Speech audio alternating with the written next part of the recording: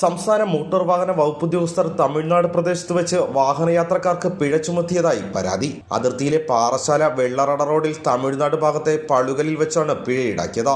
പളുകൽ സ്വദേശി മിഥുനാണ് മോട്ടോർ വാഹന വകുപ്പിന്റെ തമിഴ്നാട് ഭാഗത്ത് കടന്നുള്ള നടപടിക്കെതിരെ പരാതിയുമായി എത്തിയത്. കേരളത്തിലെ മോട്ടോർ വാഹന വകുപ്പിനും ഗതാഗത മന്ത്രിക്കും തമിഴ്നാട് മുഖ്യമന്ത്രിക്കും മിഥുൻ പരാതി നൽകി.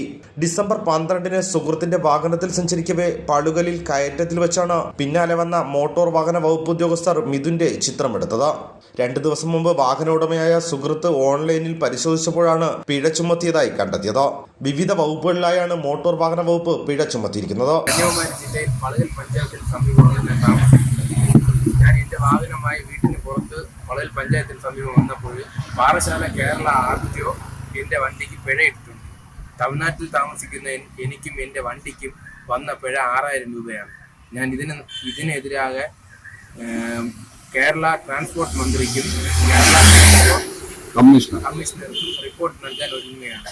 തമിഴ്നാടിന്റെ പ്രദേശത്ത് കടന്ന് കേരളത്തിലെ മോട്ടോർ വാഹന വകുപ്പ് ചിത്രങ്ങളെടുത്ത് പിഴ ഈടാക്കുന്നത് പതിവാണെന്ന് പ്രദേശവാസികൾ ആരോപിക്കുന്നു.